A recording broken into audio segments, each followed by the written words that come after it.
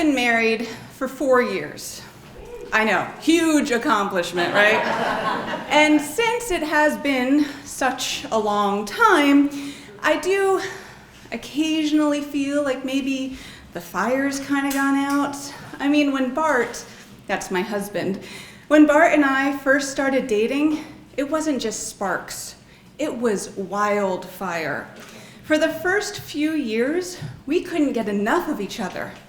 And then, then we started trying to make a baby. Now, you would think making babies entails lots of sex, and it did for like a year. All to no avail. And that's when we decided that we should talk to a professional in the field that they unkindly refer to as infertility. After meeting with an infertility specialist, we were told that making babies the good old-fashioned fun way was not going to work for us. We wanted babies, so we set about making one the infertility way. Here's the fun part about that. Needles. Yeah, now instead of my husband poking me, I was poking myself with lots and lots of needles, which is apparently the best delivery method for the next greatest thing about infertility treatment, hormones. Now, for those of you lucky enough not to get your period, what you might not know is that occasionally a woman who has her period gets a little bit hormonal. I am one of those sufferers. I do get anxious and depressed, a little bit physically uncomfortable. Well, hormone injections blow getting your period out of the freaking water. Once I started on hormone treatments, I would literally cry at the drop of a hat. I was physically sensitive to every little bump, which made giving myself needles that much more fun. I was cranky, bloated, gaining weight, hot and anxious and generally miserable, and none of that was sexy. But it got worse. After 4 months of trying to get pregnant using intrauterine insemination, aka the turkey baster method, we were told that we needed to move on to attempt in vitro fertilization, or what I like to think of as the petri dish method. This is where they harvest my eggs and my husband's semen, mix them together in a bowl, hopefully forming an embryo, and then they stick it inside you and hope it takes. IVF, of course, involves more needles, lots of wanding, which I hope I don't need to describe to you, and of course, very little desire for actual human intercourse. But we were hopeful that IVF would succeed, whereas IUI had not, and so we were willing to undergo the additional torture. And by we, of course, I mean me. I mean, my husband had to put up with me being all hormonal and not so much in the mood, but considering what I had to put up with, he got off pretty easy. That, at least, is in keeping with the way nature intended baby making to go. After 2 more months of needles and wands and hormones, the big day arrived. The big day was egg retrieval day. This is where they strap you down to a hospital bed because you need to be strapped down, because then they reach inside you with a sharp object and cut out all those nice, big, hormonally induced eggs. When I got to the doctor's office that morning, I was a tad bit nervous. Fortunately, the nurse gave me a mild sedative.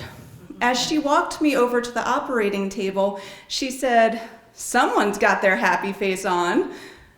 It wasn't really that clever, but for some reason I thought it was the funniest thing anyone had ever said. I was giggling as she laid me on the hospital bed and strapped my legs into the stirrups and then lifted them up at like a 90-degree angle.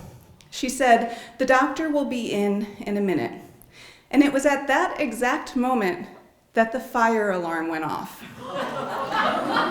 The nurse looked kind of confused, and then she said, "I'll be right back." And she left, leaving the door open.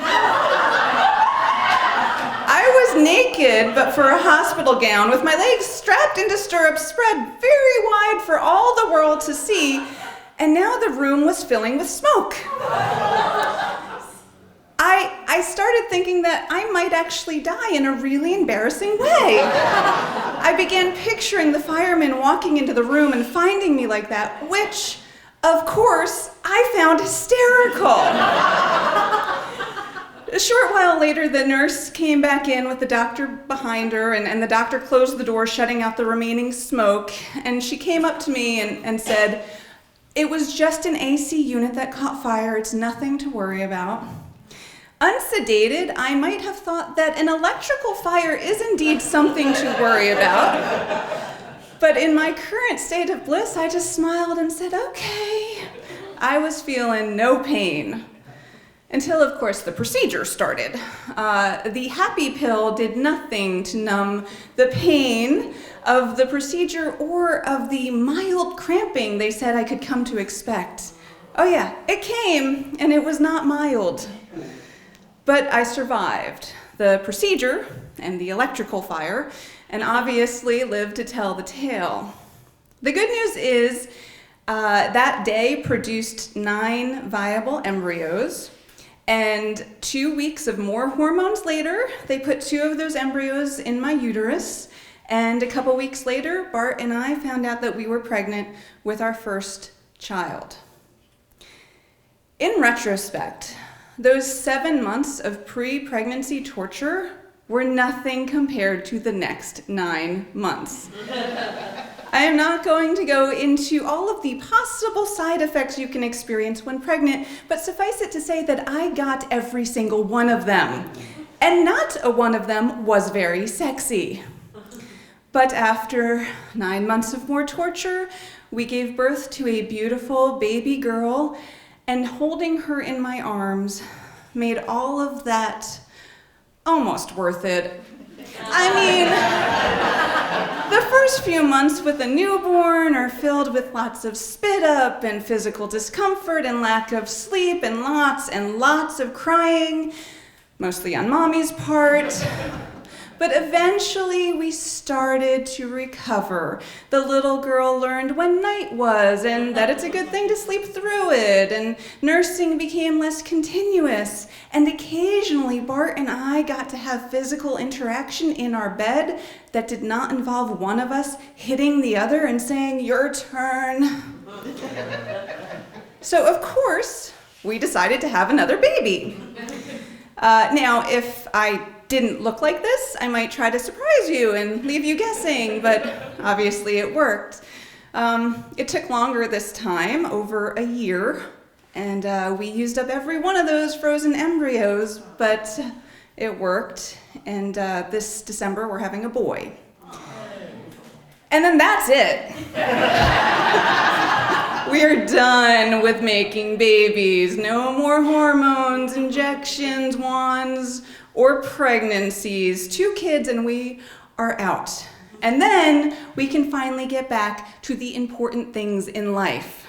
Once we have our 2.5-year-old daughter and our newborn baby boy, we can finally have nothing left to distract us from getting back to smoking hot sex.